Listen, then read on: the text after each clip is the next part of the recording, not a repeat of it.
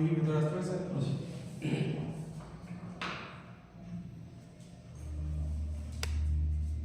বসো। ধন্যবাদ sir. Comment নাও।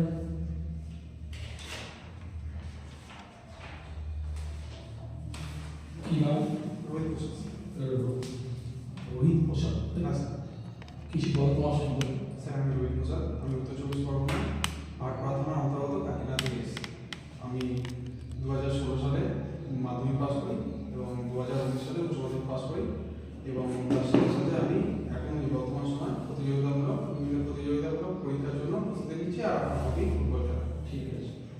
19 সালে তুমি উচ্চ মাধ্যমিক পাস করেছো, তারপরে এত বছর স্যার আমি খেলাধুলার প্র্যাকটিস চালিয়েছি এর মধ্যে। ফুটবল খেলতে? হ্যাঁ স্যার। ফুটবল তুমি কি কি মানে খেলা হয়েছে? হ্যাঁ স্যার। মানে কোন কোন জায়গায় ফুটবল তুমি খেলেছো? ক্লাব খেলেছো? হ্যাঁ স্যার, আমি ডিস্ট্রিক্ট লেভেল খেলেছি। ডিস্ট্রিক্ট খেলেছো? কোন কোন জায়গায় খেলেছো? পানপুর ক্লাবে? পানপুর মিলন সংঘ ক্লাবে খেলেছি। তারপর স্যার উদয়ন ব্যায়াম সমিতিতে খেলেছি এবং তোমার কোনো ফুটবল খেলেছো আর কোনো কি মানে সার্টিফিকেট আছে?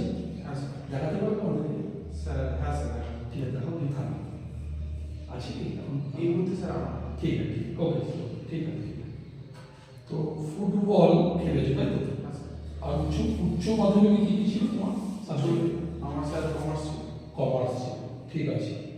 তুমি তোমার তোমার যে কমার্স ছিল, কমার্সের তোমার হচ্ছে কি কি ছিল তোমার সাবজেক্ট কি ছিল বিষয়? Accountancy, law and audit, lawyer, business study, business study আর বাংলা ইংলিশ কম্পালসারি এবং কম্পিউটার। ঠিক আছে। বলো তো তুমি তোমার হচ্ছে মানে গোল্ডেন রুটটা বলতে পারো? স্যার ঠিক এই মুহূর্তে মনে পড়ছে না। মনে হচ্ছে না স্যার। আচ্ছা তুমি বলে তোমার ফুটবল খেলা হবে, হ্যাঁ স্যার।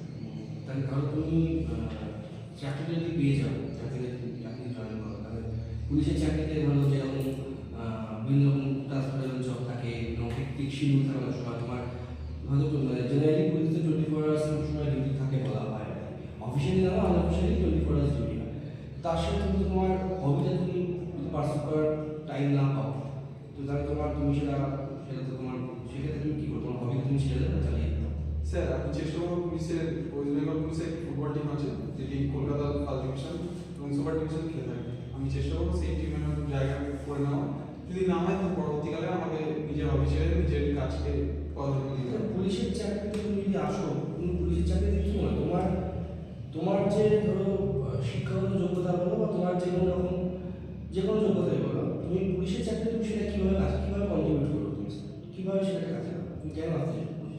স্যার যেহেতু আমি ফুটবল প্র্যাকটিস করেছি ছোটবেলা থেকে এবং ফুটবল প্র্যাকটিসে মানসিক এবং শারীরিক ক্ষমতার সাথে সাথে দলগতভাবে কাজ করার আমাদের শেখানো হয় এবং পুলিশের চাকরিতে আমি মনে করি যে সরাসরি এটা এখানে কাজে লাগে। আচ্ছা, তুমি যেগুলো দলগতভাবে কাজ করা, ধরো আমরা অনেক সময় এখন যে অনেক সময় দেখতে এরকম অনেক জায়গায় দেখা যায়, তুমি একটা টিম হিসাবে পুলিশের কোনো একটা মিশনে গেছো বা কিছুতে গেছো, ধরো তুমি দেখলে তোমার কোনো উচ্চপদস্থ কোনো পুলিশের কর্তা বা কেউ আধিকারিক কেউ, সে কোনোভাবে হয়তো কোনো অনৈতিক কাজের সঙ্গে যুক্ত সেই মুহূর্তে, তুমি তার থেকে পদ হিসেবে তুমি তার থেকে নিম্ন পদে আছো, তুমি সেই মুহূর্তে কী করবে? তুমি কি সেটা মেনে নেবে নাকি তুমি তোমার সেই মুহূর্তে অ্যাকশন কী হবে?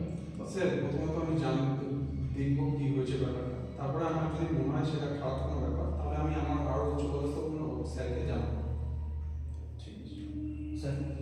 আচ্ছা, তোমার বর্তমান হাইট কত? স্যার আমার 168 সেন্টিমিটার।